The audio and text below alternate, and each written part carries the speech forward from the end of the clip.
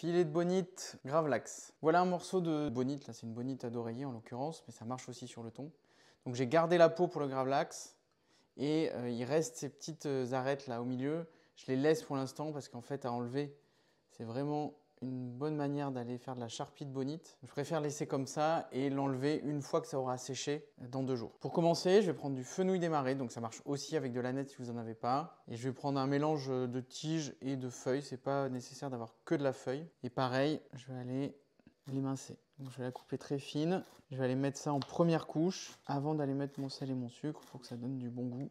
Anisé. Donc si vous avez que de l'aneth, pareil, ça marche très bien, mais ça c'est plus fort, ça permet de donner un goût plus prononcé. Et puis surtout, c'est cueilli pas très loin de là où c'est pêché. Ce que je vais faire, je vais laisser mon poisson en fait dans son assiette comme ça. J'ai juste aller ici mettre d'abord une première dose, même tout mon fenouil des marais. Donc en fait, j'ai fait exprès de mettre le côté peau, côté assiette. Je vais laisser dans une assiette. On peut mettre sur une grille aussi, comme on met sur les autres techniques de séchage. Mais l'avantage d'avoir la peau, c'est que ça protège un peu plus la chair et ça évite qu'elle badigeonne. Et après, derrière, donc je vais faire un mélange sel et sucre. Donc, ce que je fais, c'est que je prends une cuillère à soupe de sel, une cuillère à soupe de sucre. Je mets autant de chaque. Là, je pense qu'il va m'en falloir 2. Donc je fais 2 cuillères à soupe de sucre et 2 cuillères à soupe de gros sel.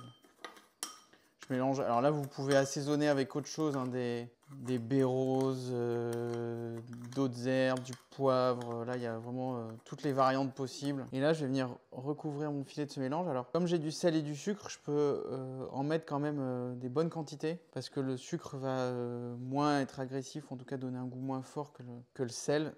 Alors que si j'avais fait avec du sel, j'aurais pas recouvert autant, sinon ça aurait été beaucoup trop salé. Ce qui est pas mal, c'est de vérifier dans 24 heures si jamais il y a du jus un peu trop et de l'enlever. Et là, on est bien. Hein. Et là, on va mettre ça au frais. Rendez-vous dans 2 jours.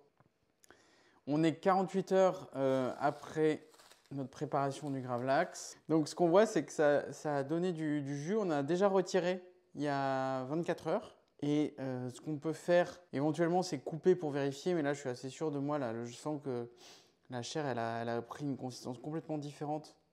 Elle se tient vachement, elle est devenue un peu élastique. Ce que je vais faire, c'est que je vais aller rincer ça pour voir le résultat.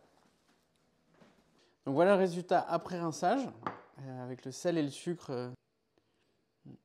Là, comme la chair s'est raffermie, ça va être plus simple à faire que l'autre jour où on aurait pu tout casser en insistant. Là, on sent que la chair dessous, elle est quand même vachement plus ferme. Ça facilite, voilà, on arrive à sortir là. C'est pour ça qu'on conseille plutôt d'attendre plutôt que de forcer au moment où la bonite est toute fraîchement levée. D'autant que si on passe au congélateur comme on le recommande, on a vraiment un poisson qui aura perdu encore un peu plus de structure, donc c'est pas simple. Et puis là, derrière, ce qu'on peut aller faire, c'est soit couper dans ce sens le long de la peau. Et vous voyez là, le filet, il a tendance à se déstructurer un peu, donc on y va de mollo. La peau de la bonite, ça reste quand même assez dur. Et ça se coupe bien avec un bon couteau. Si c'est avec du thon, c'est encore plus dur. Et voilà le résultat à l'intérieur. On voit qu'on a notre bonite qui est toute confite. On va goûter avec ou sans la peau. Ça se mange bien, nickel. Un poil peut-être trop salé, mais pareil, crème avec du pain, du beurre, ça va être nickel ça. Et puis là, on peut faire soit des tranches dans ce sens, soit des tranches dans ce sens. Ce que je vous conseille même limite là, c'est de le recouper en deux, de séparer chaque filet et puis de le consommer séparément. On va se recouper une petite tranche pour la route. On voit que ça reste quand même encore fragile, hein, c'est de la bonite. Avec du thon, c'est un peu plus solide. Bonne cuisine!